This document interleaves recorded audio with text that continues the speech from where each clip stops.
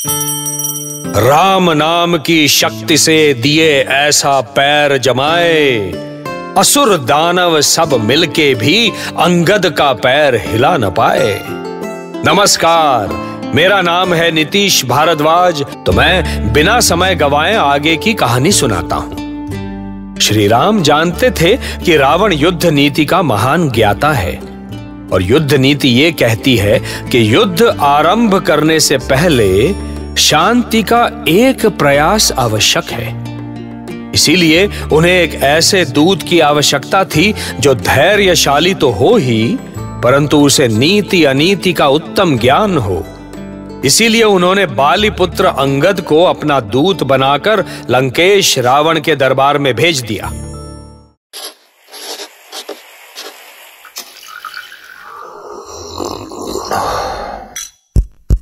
Fever stories. मेरे सामने आने का साहस कैसे हुआ? दूत को अपने धर्म का पालन करने में भला भय कैसा लंकेश? तुम्हारे जैसे साहसी वीरों का लंकेश सम्मान करता है। कौन हो तुम? मेरा नाम अंगद है और मैं किष्किंधा के राजा बाली का पुत्र हूँ। महावीर बाली का पुत्र? इतना आश्चर्य ना करें महाराज। अभी मैं जो कहने आया हूँ वो ध्यान से सुने। कहो, क्या कहना चाहते हो? श्री राम की ओर से आपके लिए प्रस्ताव है कि आप देवी सीता को वापस करके अपनी लंका के विध्वंस को बचा लें। असंभव। हाँ, फिर तो मैं कुछ नहीं कर सकता। आप अपने इस राजमहल से बाहर निकलें और युद्ध करें। जाओ उस वनवासी को संदेश दे दो कि हम युद्ध करने के लिए तैयार हैं। सीता अब यहां से नहीं जा सकती। तेरे राम ने जो भूल की है उसका यही दंड है। तुम भूल रहे हो कि जिस राम के तुम दूत बनकर आए हो वो हमारे मित्र और तुम्हारे पिता बाली का हानता है। बाली का वध किया है उसने। तुम उचित अनुचित का विचार भी नहीं कर सकते। मेरे विवेक पर उंगली मत उठाइए लंकापति। श्री राम ने जो किया उसका सत्य मैं जानता हूँ और उसका भी सत्य जानता हूँ जो मेरे पिता के साथ आपने किया था। बस करो बाली पुत्र, बस करो। देवराज इंद्र तक मेरे भय से कांपता है, पर तुम्हारी उस राम में इतनी आस्था है जो मेरे साधारण से सैनिक का भी सामना नहीं कर सकता। किस भ्रम में हैं आप लंकापति?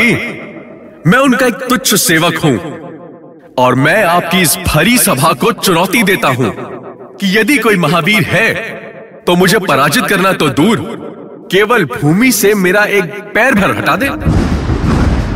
अंगद की ललकार सुनकर रावण के कई वीर योद्धा उठकर खड़े हो गए। सबने अपने बल का जी भर प्रयोग किया, लेकिन अंगद का पैर हटाने की बात तो दूर, उसे हिला तक नहीं सके। अपने योद्धाओं का ऐसा अपमान देखकर रावण को आश्चर्य हुआ।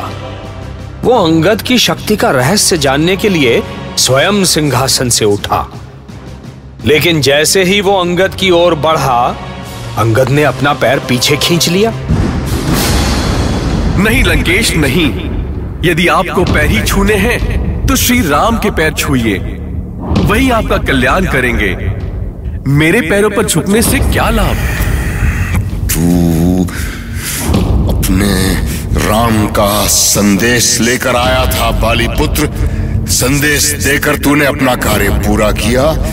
अब जाकर मेरा संदेश उसे सुना दे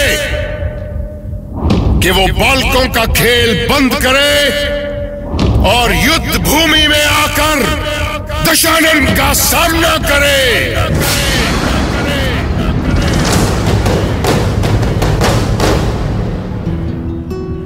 लंकेश के द्वारा शांति प्रस्ताव ठुकराने से यह तो निश्चित हुआ कि अब युद्ध अटल है।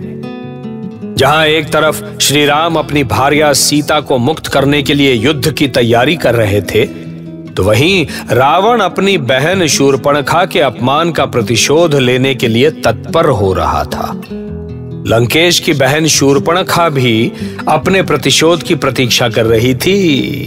लेकिन उसे प्रतिशोध श्री राम से नहीं लेना था।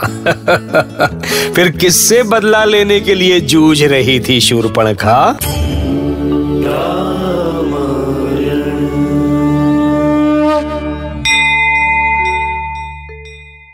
ऐसी और कहानियां सुनने के लिए सब्सक्राइब करिए फीवर स्टोरीज, कहानियां ऐसी जो दिखाई दे।